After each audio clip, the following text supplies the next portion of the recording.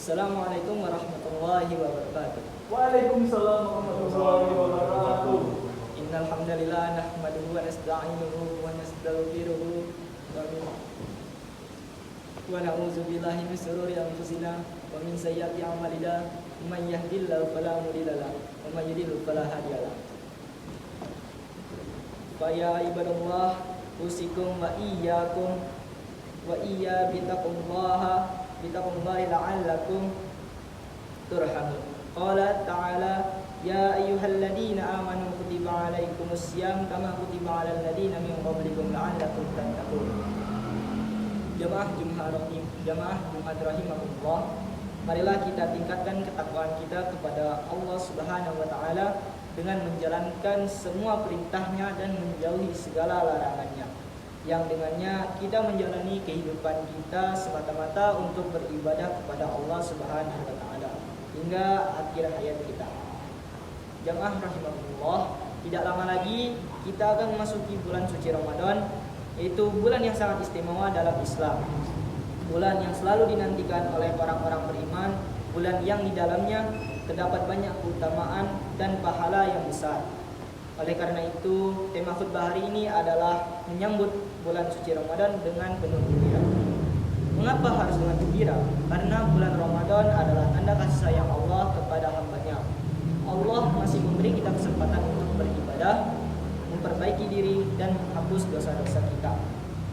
Allah Subhanahu wa taala berfirman, "Ya ayyuhalladzina amanu kutiba 'alaikumus syiyam kama kutiba 'alal ladzina min qablikum la'allakum tattaqun." Yaitu wahai orang-orang yang beriman, diwajibkan atas kamu berpuasa sebagaimana diwajibkan atas orang-orang sebelum kamu agar kamu bertakwa. Quran surah Al-Baqarah ayat 183. Ayat ini mengajarkan kepada kita bahwa puasa di bulan Ramadan bukanlah sekedar tradisi tahunan.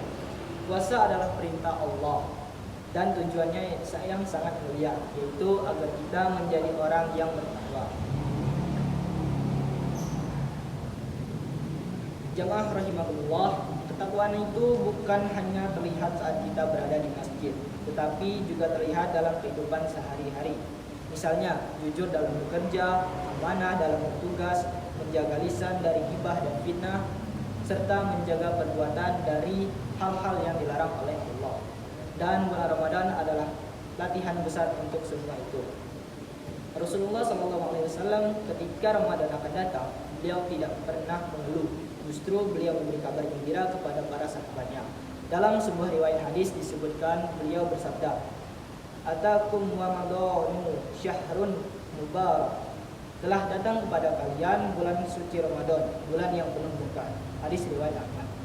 Kata telah datang di sini menunjukkan bahwa Ramadan adalah tamu agung dan tamu yang mulia. Tentu disambut dengan kegembiraan, bukan dengan keluhan.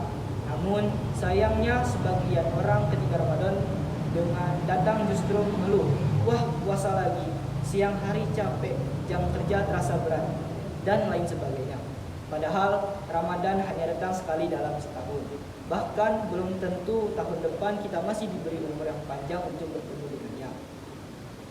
Jemaah Jumat yang dimuliakan Allah, coba kita renungkan, Ramadan tahun lalu mungkin ada keluarga kita, tetangga kita, atau teman kita yang masih hidup dan beribadah bersama kita. Namun Ramadan tahun ini mereka sudah berada di alam kubur.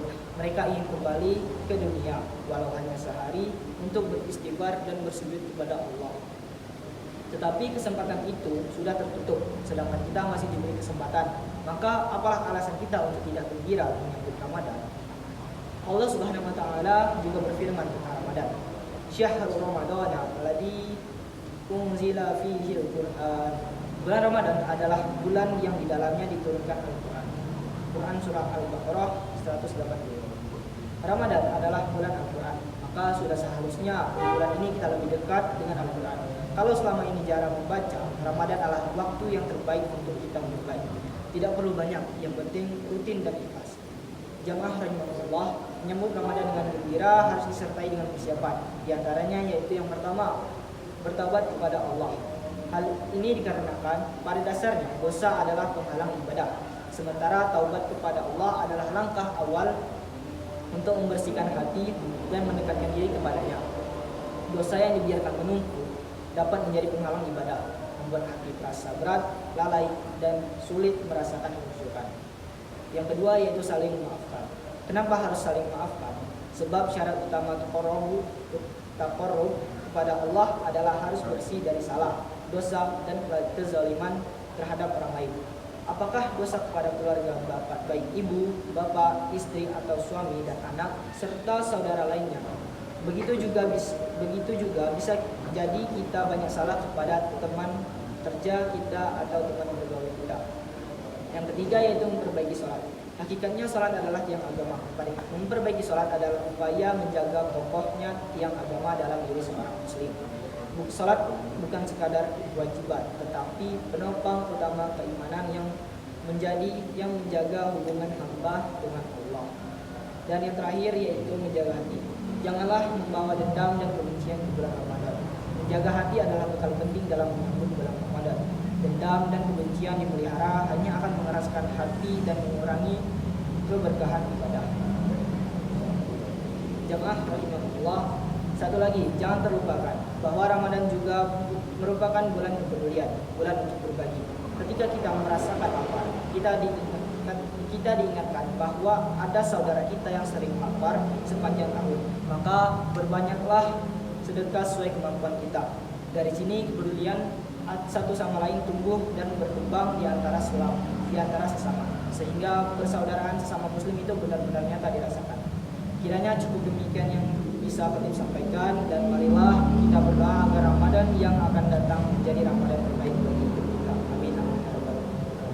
Barakallahu li wa lakum fil Qur'anil Karim wa nafa'ani wa iyyakum bima fihi minal ayati wa dzikril hakim wa taqabbalallahu minna wa minkum tilawatahu innahu huwas samiul alim.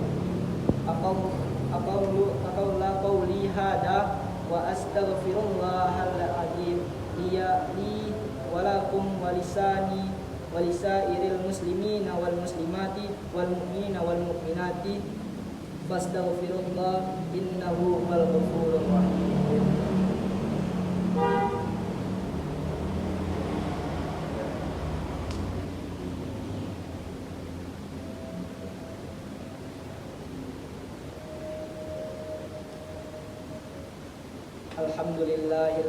Alhamdulillahi wa